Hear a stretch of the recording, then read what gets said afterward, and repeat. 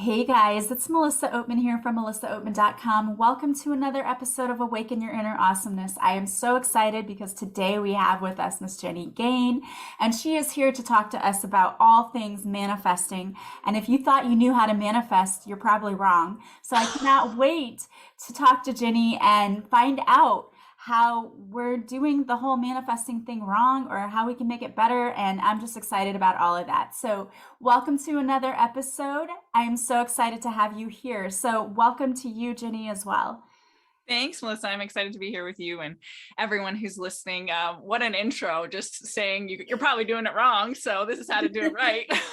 Well, I mean, we were talking about this beforehand. We always do kind of like a little pre-show, get to know you. And we were talking about manifesting, and we were both agreeing that a lot of times we focus on the wrong thing. And a lot of people have been taught to focus on the wrong thing. So I cannot wait for you to give us your take on manifesting and how we can actually do it the right way. Yeah, there's so many different levels, right? Like as we manifest on our journey, we're always learning more and more and better and better.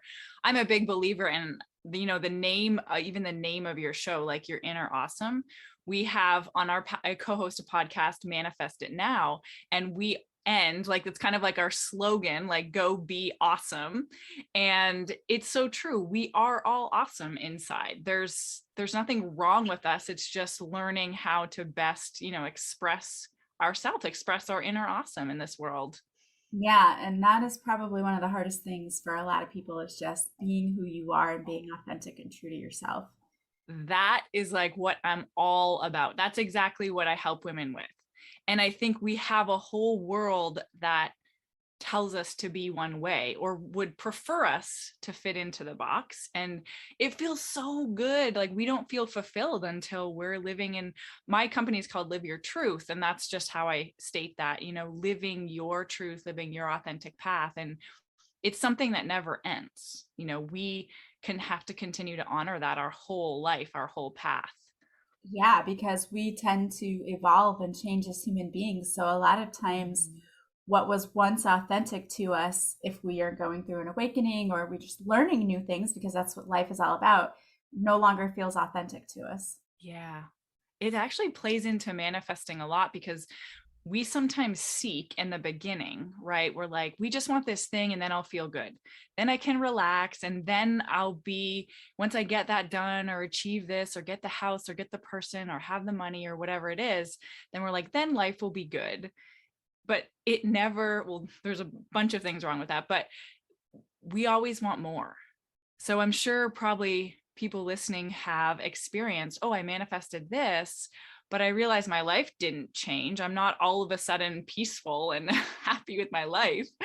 And so there's that deeper element and aspect to it, but just that constant change.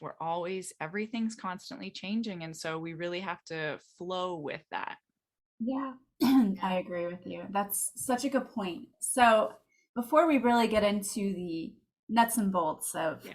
how do we manifest, tell us a little bit about yourself. How did you start helping other women Mhm. find their truth and step into their power to be their true authentic selves? Mhm. Well, I'm originally Canadian. I live in Florida right now. But the big transition for me was really when I was in Australia. I was taking a year to solo backpack around, and it's beautiful and amazing. But I was kind of in that place of like, what am I going to do with my life? And it was always very important for me to do something I'm passionate about. I didn't want to just get a job and work at it for 20 years. I just didn't know what that was. And so on that trip, I actually, very law of attraction style, came across an Abraham Hicks book called The Power of Your Emotions. And as soon as I read that, I resonated with that information and what they were saying and speaking about.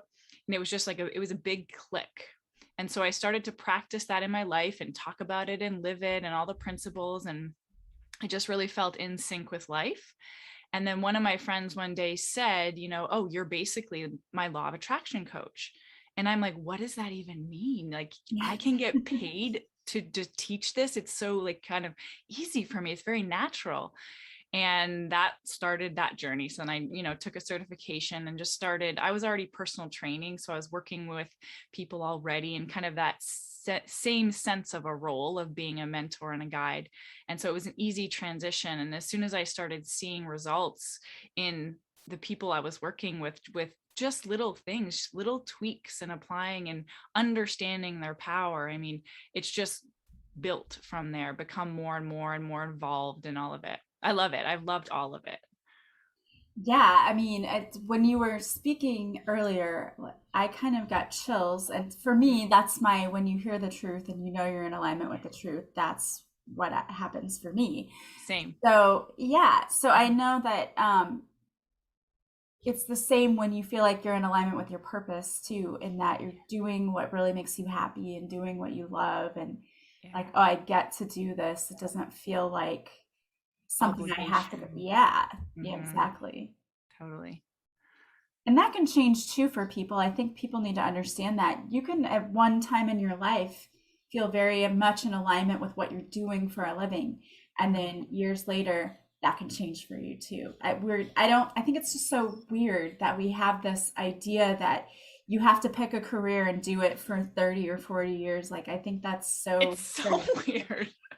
Like, we're evolving beings. Of course, our desires are going to evolve. Of course, what we resonate and are passionate about is going to evolve. Yeah, I'm a big believer in that. And we get stuck sometimes in the idea that we should. Well, I mean, I think that's the old way, the stay in the same job, and the security comes from there, which it never does, as lots of people have learned. Yeah. Mm-hmm. Yeah. It's hard, I think, for people to take a risk. But if you're in alignment with the thing, then it becomes easier to do that for you because otherwise it's like a struggle. I don't know. Yeah. It's just a struggle. Well, a big part of manifesting that I don't think gets talked about a ton, which would be fun to talk about, is just this idea of, instead of trying to manage conditions or actions, like, we really go to the inner game, we go to the inside and we manage that. So when we learn that we can, I read it was a quote the other day that, like, the most powerful manifestation is being in control of your feelings or how you feel. And so we don't need external things to feel happy or secure, and so when we can get to that place within ourselves in our life, and we're feeling secure, feeling confident, we're feeling grounded, and then we choose a passion or a job, a career, something from that place, now we're in our power. Now we're going to attract something that uplifts, that adds to our life, versus fills the void of security and that's the sense of that, getting it from the outside. Yeah, and I think that's something a lot of people struggle with because they go to work every day and it's, "Ugh, I have to go to work. Yeah. I have to make money. I have to do this." And it's always that phrasing of like obligation. I have to do this. I have to do this. Yeah. What would you say to people who are stuck in that pattern? That the one most powerful thing you can start today, and if you practice it for a week, you will feel different, and then you're on your path, is changing that one word, actually two words, have to and need to. Those are two very disempowering words that we use all the time, right? And changing it to either I choose to, I want to, or I get to. So there's sometimes that we don't, those are coming from an empowered place. And I mean, there's sometimes we don't want to do things that we feel like we have to do. But if we just switch the language to I choose to do this, right? Like, we don't want to pay the electrical bill, but Right. we do want to have electricity. So using the phrase and standing in your power and saying, I'm choosing to pay my electric bill, that feels totally different. And that's putting you in your power as a manifester. Yeah. And doesn't it help to, because just saying I choose to pay my bill might make some people go, "Oh, so what?" But Yeah. if you added to that, maybe to I choose to pay my bill so that I have electricity, which allows me to do X, Y's, which allows me to watch the shows I enjoy or to connect with family through, Zoom or whatever else, things that they want to do that they get to do with the electricity. Absolutely. And now you just like highlighted a beautiful manifesting tool, because that's getting into the experience of it, right? Like that's what when we connect to what we want. Yeah. And when you get the feeling, it activates the feeling more. Yeah, so it's the joy that you get when you get to do all of the things that resulted from the thing you didn't necessarily want to do. Yes, exactly. Yeah, I love that. And we were talking earlier too about how sometimes, because every manifesting guru out there that I've heard, and I know I have not heard them all, but a lot of them say that you need to focus on what you want with unwavering faith Yeah. and, be thankful. And we were talking earlier about how sometimes when you do that, you're actually focusing on the lack of the thing instead of the manifesting. And you said a lot of people who are new to manifesting do that. Yeah. Can you expand It's on so that? funny that there's gurus doing that. And there is an element of truth to that. And I would just tweak it, like this idea of unwavering belief in what you want. If you're making the what you want as the condition, you know, you're going to get in your own way. You're going to be activating the lack of it. But if we go a little more general and we say what we want is to be free, right? Or to feel freedom, then there's a ton more alignment there, in that phrasing and the unwavering. And firstly, if we don't have belief in it, we don't believe it's possible. We can't have unwavering belief. Like you can't force yourself to believe something. There's a process to this. Right. Yeah. Okay, coming back to the actual original question though. So we say it again, what you said of like the statement, what they say is the To focus on the thing you want to manifest with unwavering faith. yes. Okay. So even in that, when we say, I want something, okay, I want money, what you're also saying at that same time is, I don't have money. Like the word, it's crazy because like we get in manifesting, there's such an emphasis on clarifying what you want and focusing on what you want. But in that even statement, want, there is lack. You also activate the lack of it. But so saying that, I don't want to like wanting things and acknowledging what you want is important. And it is a step in the manifesting process, but staying there too long doesn't serve anyone. So, and the way I kind of operate the philosophies that, I'm teaching is we manifest by who we're being, not by what we want. And I think Dr. Joe Dispenza, I don't know if you've come in contact with this. Yeah. So he has this quote, and it's like, you attract who you are being. You attract who you're being, not what you want. And so it's this idea of getting into the energy. It's our energy, it's our vibration, it's how we're feeling most often that's attracting what we want. And the universe already knows, all we've asked for what we want about a gazillion times. Yeah. So it's like we don't really need, if we could just spend way more of our time getting out of the way of the how, so, and not keeping our focus on what we want, but just being in our life, being the person who has the house and has the money, has the partner, we really open up the energy and then the space for the universe to deliver it to us. Yeah. Yeah. And I think that is probably where a lot of people get tripped up, because I think they really are focusing, when you focus on saying like I want, and there's even methods that you write it down 55 times or whatever. I've seen that too. And it's like, okay, but there again, just as you said, the I want part kind of focuses on that you don't have it, so there's the lack thereof it, which is where your attention goes. Yeah. So how would you, advise someone, or what tips could you give someone who wants to feel like the person who has the stuff that they are hoping to manifest? Yeah. Well, firstly, it's not a it's simple, but it just takes, like everything, right? Like our awakening, it takes time to step into. But the first thing I would say is wanting something, the feeling of wanting something or dreaming about it or thinking about it does serve you, depending where you are on the vibrational scale, or like, I'm just using my terminology, vibrational scale or emotional scale. So the best guidance for that is, if it feels good to think about what you want, then think about it. But if it doesn't, then don't think about it. So sometimes we have this mentality that I have to think about what I want, in order for it to manifest. And that's not true. Because if you're thinking about it and you don't believe you can have it, you're actually adding resistance to your path. You're increasing the gap between you and that thing. So super, super important to only think about what you want and the reality of what you want when it's exciting for you, when it feels good, when it feels possible and hopeful and all of that.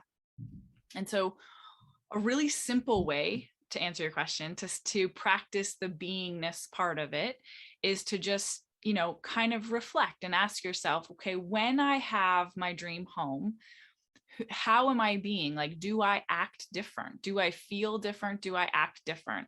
And that will give you insight into, and just keep it simple, like one thing you can either change in your thoughts or your actions. So maybe when you're in your dream home, you appreciate the view for an extra 5 minutes a day, like when you wake up, so that you can start adding that to your day now. Maybe you don't have a view at your current home, but you look at a picture, or you pretend you not pretend you, but you go outside and look at your front yard, whatever that might be. So that's, you're getting into, like, I'm being that person in that example. Does that help? Yeah, absolutely. And I know exactly what you mean, because we dream about having the beach home or whatever, and you think, if I had that home, I would get up and have coffee out on the deck. But you don't go outside and have your coffee Yeah, now. So yeah, exactly. so That's that a makes great total sense. example. So Yeah, start going outside and having your coffee is yeah, perfect. yeah. Mm-hmm. That makes total sense.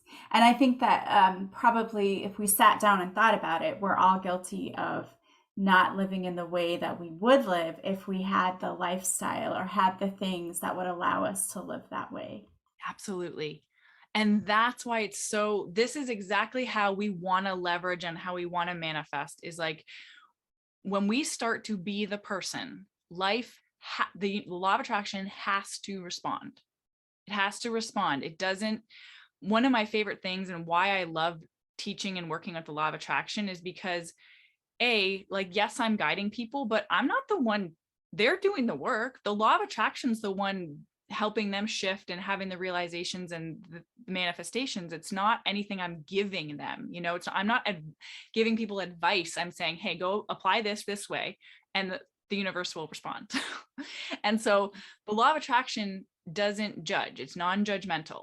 And a lot of people actually mix this up too, is in manifesting, there's this idea that, like, there's good things waiting and piling up for me. And that's true. That's true. But the law of attraction is just going to respond to the energy you're in most of the time. It's going to respond as equally to negative energy or resistance as it does to positive energy and allowing. It's not saying, oh, I'm going to, make sure they have a good experience here. Depending what you talk about, there's like, then of course you have your inner being and you have source or God or divine intelligence that's, yes, wants everything for you. But the law of attraction is just, it doesn't have an opinion. Yeah, it just is. And whatever you're adding to it is what ends up manifesting. Yeah, what it responds to. So I kind of think about it like we are this ball of energy and we're just radiating out information all day long, and the law of attraction is just responding to that. Yeah, I mean, that makes total sense. And I've seen it in my own life where when you're focused, like you let your mind wander and you focus on negative things, and then all of a sudden you're like, oh, why'd that happen? Yeah. Like, oh, yeah, I was thinking about all those negative things earlier. So, I mean, not exactly that way, but you know what I mean. Like, we've got to pay attention to what's we're allowing to come through our minds, and of course, everyone's going to have negative thoughts. That's just the way our brains are wired, but it's paying attention to them and then being able to quickly shift yourself out of that. So if you, let's say someone's having a really bad day and they're realizing, oh, my thoughts are spiraling pretty quickly and I'm getting into this negative cycle, what would you tell them to do? Like, what advice would you give someone? I'm actually a big I guide in the way that I believe we have natural well-being flowing to and through us. And so the more we just get out of the way, the easier it is for kind of that energy to take over. So I'm a big teacher of paying attention to your thoughts and observing them and bringing awareness and attention to them, and guiding them, but not trying to control them, and often not trying to change the feeling right away. I think that's another area that manifestors get really stuck on, is we try to change negative emotion too soon because we don't freaking like it. It's uncomfortable. Yeah. And so instead of like just letting it go by and saying, oh, hey, oh, there you are. Okay, see ya. We're like, oh, I can't feel that. I must feel positive. What can I think about that's positive? Right. And that's actually very resistant. We actually kind of making it harder for ourselves to feel better. And so what I advise, if someone's in a downward negative spiral, or there's two different things. If you're feeling strong, intense emotion, negative emotion, there's nothing to do. Don't try to change it. Let it be. Have a nap, distract yourself, go to sleep, write the day off, and then say, I'll wake up and I'll start again tomorrow. Because it's just when we try to change very strong negative emotion, it's like standing in front of a train. There's too much like vibrational energetic momentum going. It knocks us over every time. And it feels like we're failing when we do that. So I've gotten so much more success with my clients when they're practicing just getting out of the way, not trying to change it in that moment. But if we catch something that feel a thought that doesn't feel good in the early stages, and we're like, oh, wow, yeah, that doesn't feel good. There's not a lot of momentum going. We can really, then that's when we can say, what would feel better? What's something else that would feel better about this situation? And then it's amazing when you practice this. And that's when you really feel like empowered about choosing your focus, because then you're like, oh, I feel better. And then you just start to see things, like you mentioned, kind of flow a little easier in your day. Yeah, I think that's a really good piece of advice because I know there's a lot of people who have reached out and said, I just have a problem with negative thinking. And I notice I do it a lot. And so I think that's just something that a lot of people need to hear, is that, and I actually yeah, go ahead. heard something that it's like, it's easier for us to have a negative thought. And I'm like, why? Oh, why is that? Why? That's not fair. No. Well, yeah, I mean, if you even look at the way that your brain is wired, it tends to focus on the negative things. And that's, I mean, at one point that was to keep you safe, but it doesn't do that anymore. So we've got to learn how to retrain. And for many of us, not only was it like your brain sitting here telling you to think of these negative things or focus on that, we also had parents or people around us who were like, well, you shouldn't try that because you'll probably fail. Thinking they're trying to keep you safe, and yet it really is doing the opposite. So there's a lot to overcome when it comes to biology. I think it totally is evolution. Like you nailed it, right? Like it used to serve a purpose for us to be to think negatively first, to be aware of those things. But we have evolved as a human species, and we now need to catch our mind up a little bit and how our brain works. Yeah. And just like you said, yeah, retrain it. It's all about retraining that. And it's so possible. We can retrain our mind. We can retrain all our muscles, all those neural pathways. Yeah. And it's just like anything else. It just takes a lot of practice. Anything that becomes a habit, it took doing it regularly to make it a habit. Yeah. People hate hearing that. I know. They're like, so can we manifest this in 10 days? I'm like, we can get close. We can open the door. I mean, it always depends on where they're at. So, Right, right. Well, and I think we've just become a nation of I want it instantly because everything is at our fingertips all the time. And I even see this with my students that it's like, well, I want to be able to hit that button. I want to do the Google search and I want to be able to have that information like right here, right now, as soon as I want it. And it doesn't work that way with a lot of things. Like we want to think that, yeah, you can do it in a day, and it doesn't work like that. it does get, like, I'm sure you found this that throughout your journey, it does get easier and smoother, and you Oh, get yeah. access to those kind of answers quicker. And I think awareness is just like, as your awareness expands throughout the years of this, it's so powerful, because that's what's the thing that catches, like that puts the pieces together. Yeah. And then when you do that, you feel so, you're like, oh, I had that thought. Like this happens all the time. It happened this morning. One of my clients, I said, oh, I wonder what she's going to message me today, like what win she's going to message me. And it was just totally random, but I was aware of it. And then so the 4 hours later, when she's like, hey, this happened, la la la. And it made that experience for me that much more like I knew what was going on. I'm like, oh yeah, I was a part of this manifestation. Yeah. So as your awareness develops, you just naturally observe and feel more powerful, like, and a better manifester, if you could say. We're all amazing manifestors, but like a more conscious manifester. Yeah.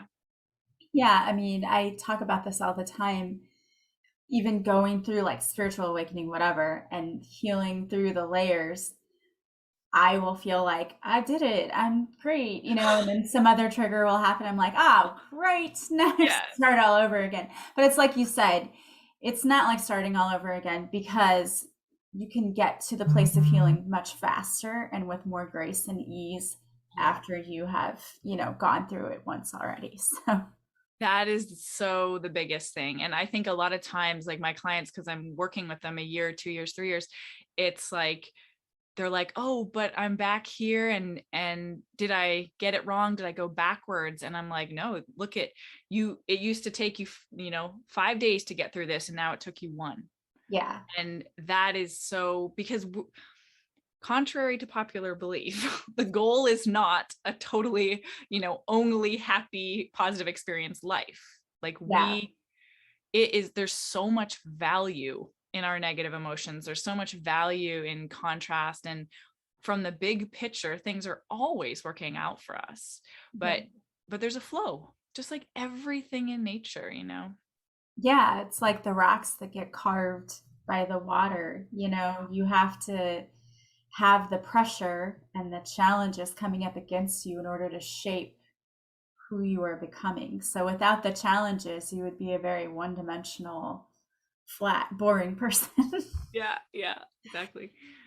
Yeah. So tell us a little bit more about your podcast and your book that you have. Yeah. So I published my book, The Champion Mindset, and what the feedback I've got, it was a total like inspiration, and it was my first book, so it was very exciting.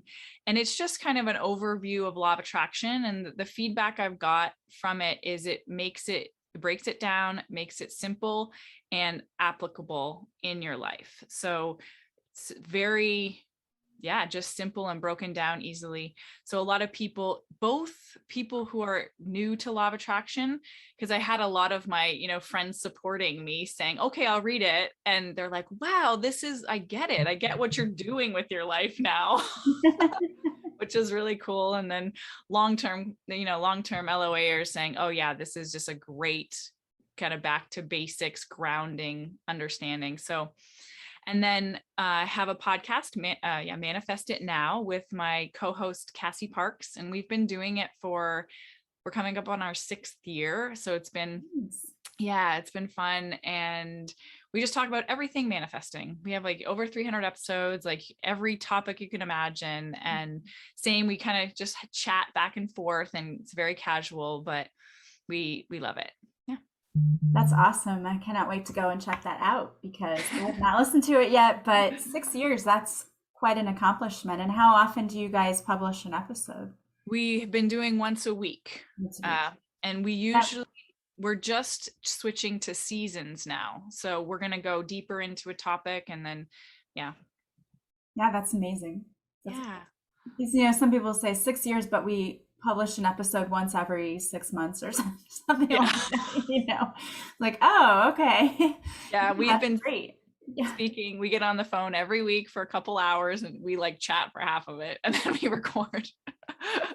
That's the best way, I think, though, to do podcasts, because I really like people who really are casual and like you're having a conversation at the coffee table. It just, I think it's so much more meaningful because you can really connect with a person's energy instead of like the stiff podcast. I've been on a guest on a couple of different podcasts, and so like sometimes you'll have people who are like, I have the 5 scripted questions here that I have to ask you, and then like you can't go outside of that box. I can't imagine. Yeah, it's like, oh, okay.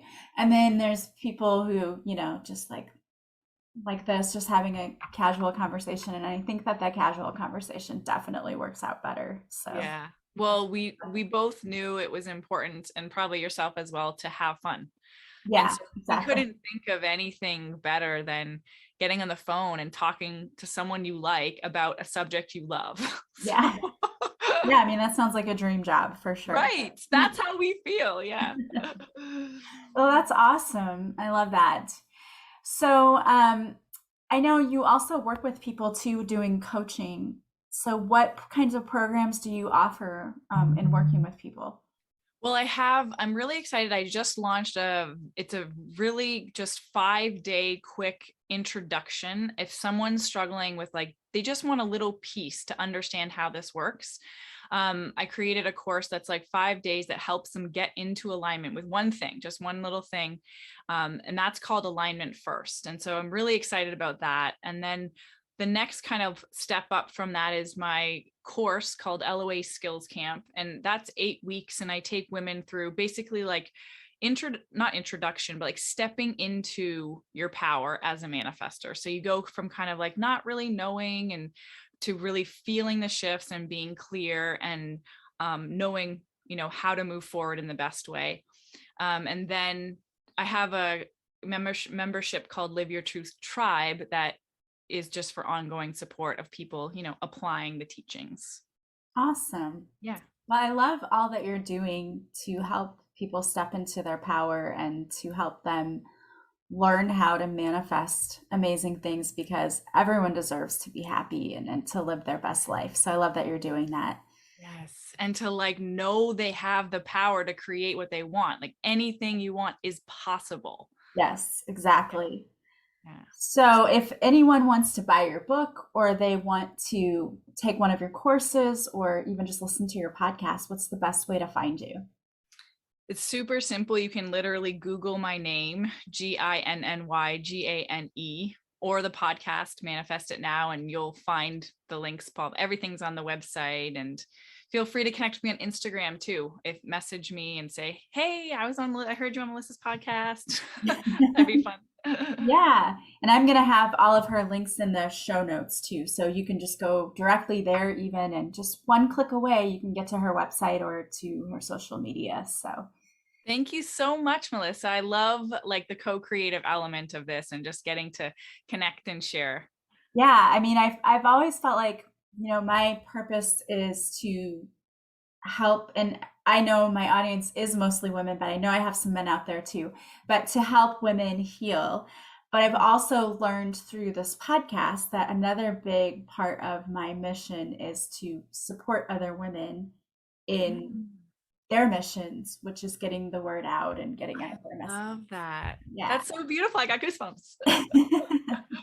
Yeah, it's so much fun. I love doing it, and I love getting to meet people like you who are just changing the world. It's amazing. Yeah. Awesome. Thank you. You're welcome. So I always ask our guests before they leave to leave our audience members with some little piece of advice or nugget of wisdom. So if you could give our listeners some sort of piece of wisdom today, what would that be? I'm going to say, and this is going to maybe sound weird, but be easier on yourself.